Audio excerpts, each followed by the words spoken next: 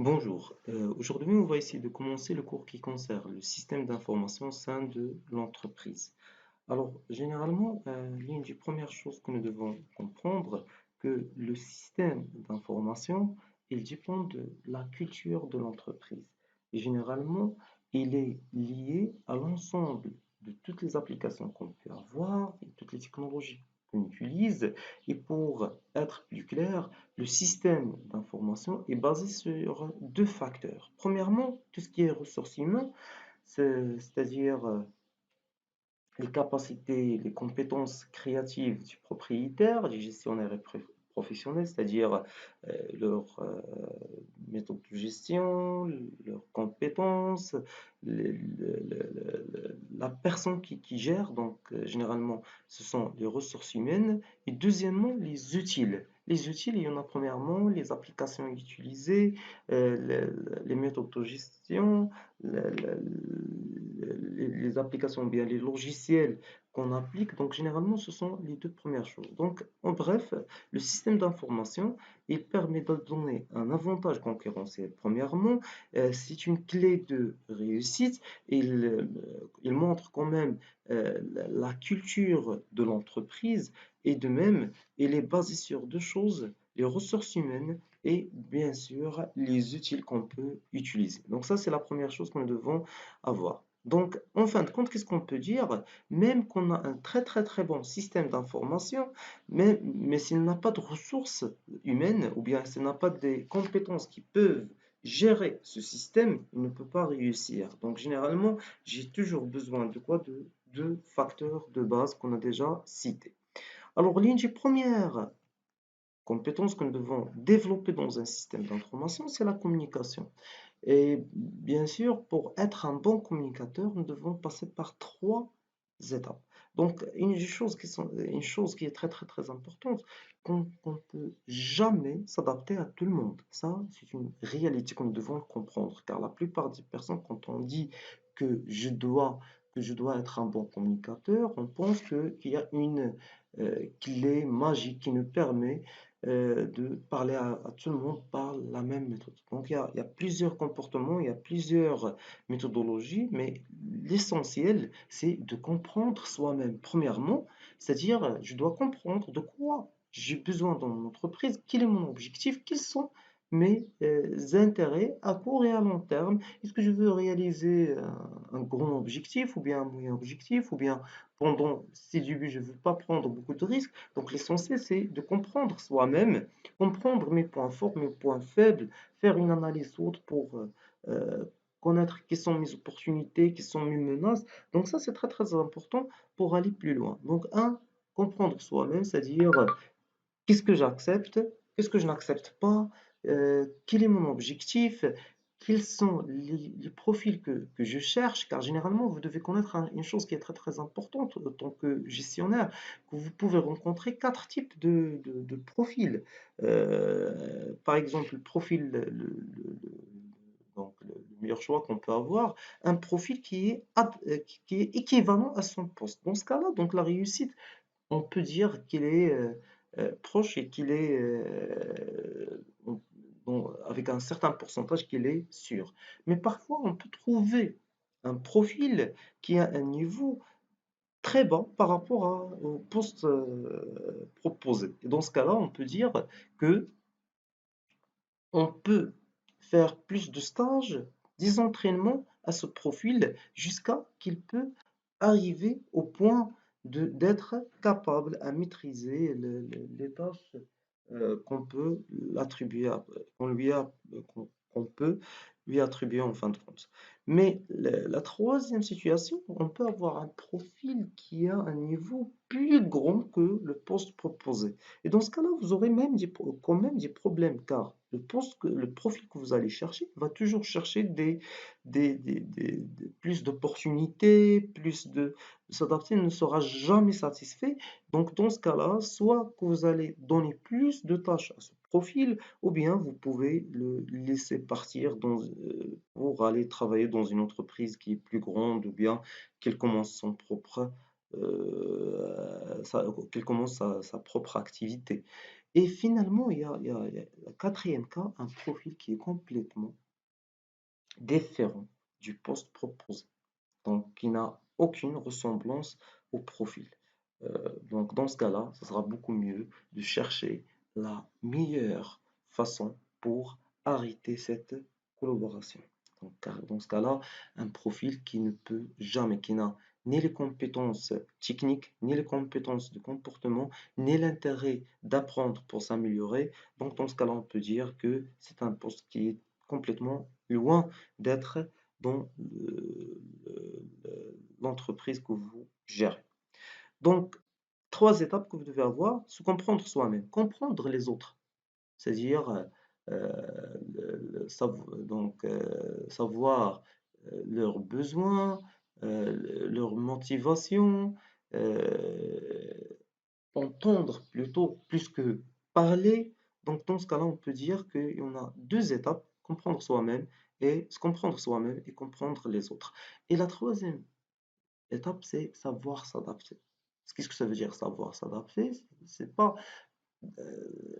d'accepter tout ce que les autres font, mais généralement avoir une certaine adaptation, même que les autres ils ont un comportement que vous n'acceptez pas, ou bien d'autres choses donc qui ne sont pas dans votre objectif, mais vous devez s'adapter, être, autrement dit, être souple. Une autre chose que nous devons comprendre dans la communication, que notre mot, le mot que je peux dire, donc ne représente que 7%. Si je dis s'il vous plaît, et s'il vous plaît, donc il y a une grande différence. Alors le mot ne représente, même que c'est le même mot, mais quand j'ai commencé à changer le ton, donc automatiquement vous allez remarquer, même que je dis un mot qui est acceptable, donc il y a un changement dans le sens. Merci, je m'excuse et je m'excuse. Donc il y a quand je change le ton, donc automatiquement, le sens de ce qu'on a cité ou bien de ce qu'on a dit donc va changer. Pour cela, on peut dire que le mot ne représente que 7% du message qu'on a, du message envoyé, et bien sûr, le ton que j'utilise, il représente 38%. Aussi, le mot, je peux le maîtriser, mais mon ton et mon langage du corps on ne peut pas le maîtriser. Donc cela montre que ce qu'on dit, c'est bon, généralement, est attaché à notre ton et à notre langage du corps, plus que le mot qu'on exprime. Alors d'autre part, il faut toujours appliquer ce qu'on appelle l'analyse SWOT. SWOT, c'est un terme anglais. S montre les forces, W les faiblesses, O, les opportunités ou bien les perceptions, et T, c'est les limitations. Et bien sûr, quand on commence à faire cette astuce, donc on peut avoir qu'il y a une amélioration dans notre niveau. Donc bien sûr, pour se comprendre soi-même, il faut toujours faire quels sont mes points forts, mes points faibles, mes limitations et en même temps quelles sont les opportunités qu'on peut avoir. Une autre chose, pour mieux comprendre l'adaptation avec les autres. Donc, généralement, on peut voir la même chose. On peut voir la même chose. Ça, on va essayer de l'exprimer, de l'expliquer avec cette photo ou bien cette image. On peut voir la même chose, mais chacun peut comprendre une chose différente ou bien voir même une chose différente. Par exemple, ici, si vous remarquez, je parle de qu'est-ce que vous voyez? Est-ce que vous voyez donc tout simplement ou bien qu'est-ce que vous observez? Est-ce que c'est une vieille ou bien une jeune? Alors généralement, la même photo représente les deux. Il y en a ceux qui vont voir la vieille, je ne vais pas prendre beaucoup de temps, je vous laisse la photo pour mieux connaître est-ce que c'est une vieille. Donc je vais essayer d'agrandir quand même la photo. Alors c'est à vous de voir est-ce que c'est une vieille ou bien une jeune fille. Réellement, les deux existent dans la même photo. Chacun va voir une chose qui est différente. Ça, c'est très, très, très important. Aussi, donc, une autre photo qui va donner la même chose. Est-ce que c'est un oiseau ou bien un lièvre? Et ça, c'est très important car en fin de compte, qu'est-ce qu'on peut dire? On peut voir la même chose ou bien nous pouvons être devant la même situation, mais chacun va voir une solution de son point de vue. Donc, l'intérêt de ce simple exercice est d'accepter la différence entre plusieurs éléments. Donc voilà, ça c'est très important pour, comme on peut dire, ces deux images peuvent résumer ce qu'on a déjà cité, se comprendre soi-même, comprendre les autres et savoir s'adapter. Car si on a besoin, par exemple, si on a deux personnes, l'un qui a observé la vieille et l'autre qui a observé la jeune, donc qu'est-ce qu'on va faire? La façon la plus simple, c'est de demander à l'autre de t'expliquer comment elle a observé la vieille ou bien comment elle a observé la jeune. C'est pas le mauvais choix, c'est d'essayer de convaincre l'autre car qu'il est une vieille ou bien qu'il est une jeune. Voilà. Maintenant, on va essayer donc la règle d'or, c'est comporter avec les autres de la manière dont vous voudriez que les autres se comportent avec vous. Donc, la communication interne passe toujours par quatre étapes. La première, c'est informer. Donc, autant que chef d'entreprise, autant qu'un simple employé, autant qu'un gérant, toujours, vous devez illustrer donc ces quatre informations pour passer un message, pour communiquer avec les autres. Premièrement, vous devez informer. Deux, expliquer. Trois, vous allez vers convaincre. Et finalement, faire adhérer. Faire adhérer, c'est-à-dire que l'autre va accepter votre point de vue et aussi il peut le partager avec les autres. Donc ça, ce sont les quatre étapes pour le fonctionnement d'une communication interne. La communication interne, quand on parle de communication interne, généralement avec une petite abréviation de CI. Donc, la communication interne concerne généralement la communication au sein de l'entreprise. Alors, avec la communication interne, qu'est-ce qu'on peut faire? Pourquoi on a besoin de la communication interne? Premièrement, pour l'implication. Généralement, je dois motiver l'équipe. C'est bon? Et chacun dans l'entreprise ou bien dans l'organisation doit connaître pourquoi elle travaille, quel est son objectif, quelles sont les attentes donc à court, à moyen et à long terme. Donc ça, c'est très important. Deux, c'est l'adaptation au changement. Par défaut, il y en a une résistance au changement. Ça, c'est un effet qui existe toujours. Toujours, donc ça, c'est humain, comme on peut dire. On a plusieurs personnes qui cherchent toujours à avoir une vie stable, mais la réalité montre toujours l'inverse. Car la seule chose qui est toujours stable, c'est le changement. Donc la seule chose qui est toujours réelle, c'est le changement. On ne peut jamais dire que l'entreprise va rester dans cette situation ou bien ne peut jamais euh, réussir. Donc ça, c'est très très important. Donc, il faut toujours informer les salariés ou bien informer l'équipe ou bien informer autant qu'employé, informer la direction au changement qui va, que vous allez faire. Ça, c'est très important. Même par exemple, si une entreprise cherche à changer son local, il doit informer les salariés avant pour qu'ils s'adaptent. Et même si un salarié cherche à quitter l'entreprise ou bien il veut avoir un certain congé, il doit informer ses gérants au préalable pour qu'il aura une adaptation avec l'équipe et que l'entreprise euh, n'aura pas de problème au cas de changement. Meilleure ambiance. S'il y a une bonne communication interne entre l'équipe, c'est bon, donc cela montre que on aura une ambiance de travail et que les travailleurs vont, auront auront plus de motivation pour arriver au emploi. Et on peut avoir parfois des personnes qui sont réellement très très très très compétentes, mais généralement, ils cherchent à travailler seuls. Ils cherchent à créer leur propre nom.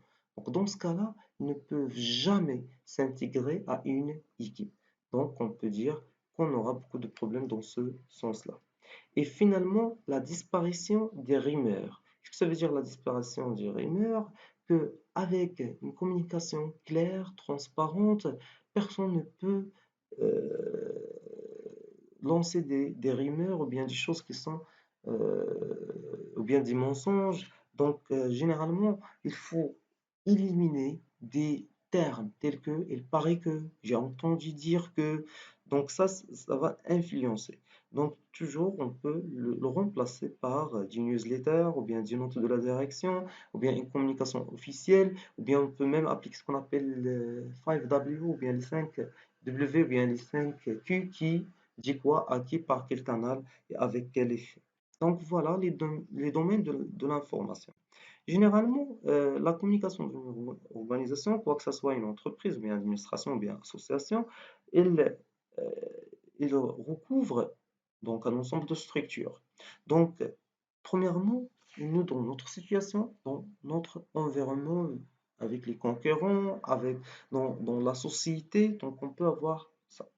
Bien sûr, donc l'échange des messages, l'écoute et l'émission, bien sûr, l'adaptation au projet et aux produits, donc les contraintes et les menaces qu'on peut avoir, et de même avoir avoir un certain pouvoir pour influencer les représentations, les comportements des interlocuteurs.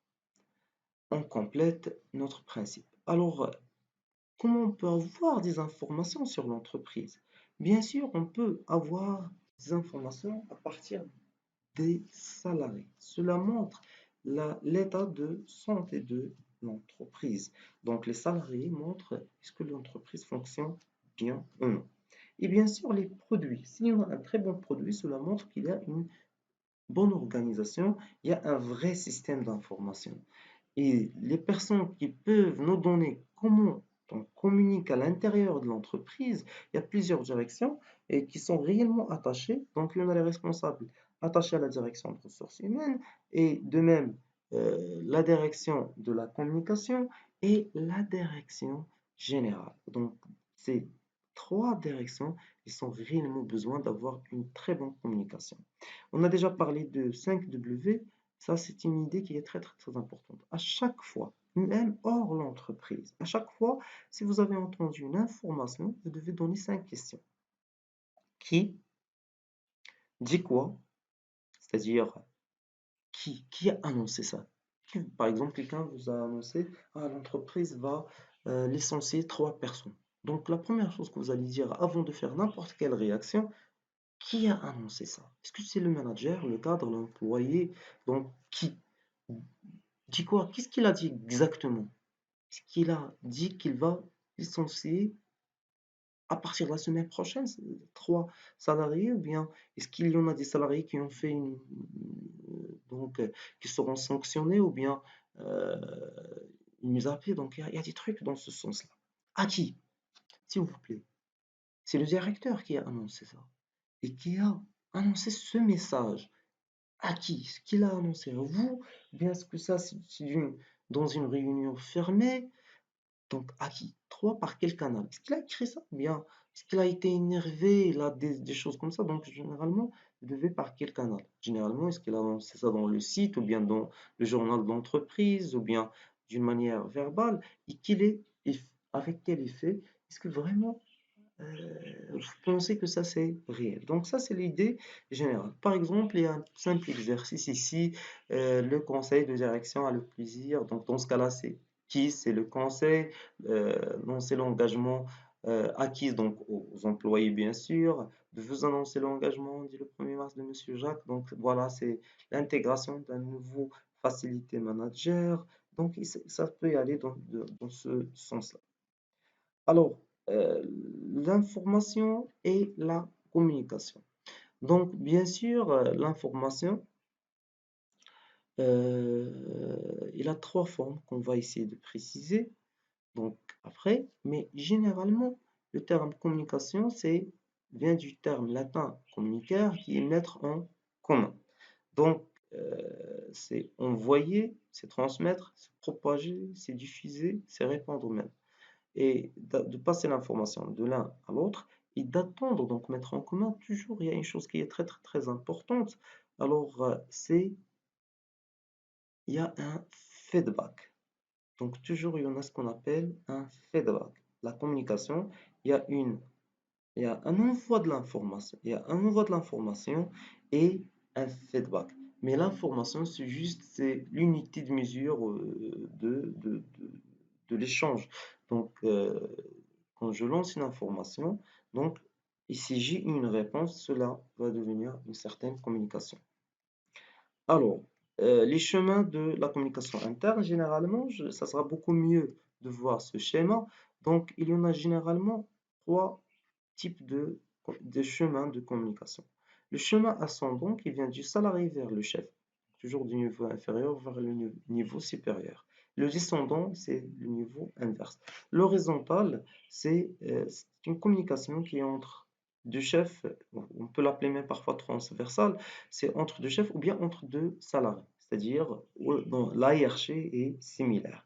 Donc pour la communication descendante, c'est-à-dire des ordres envoyés par la direction vers les salariés. Et ça, on peut l'avoir dans les réunions de travail, dans des newsletters, des services, des valves d'affichage.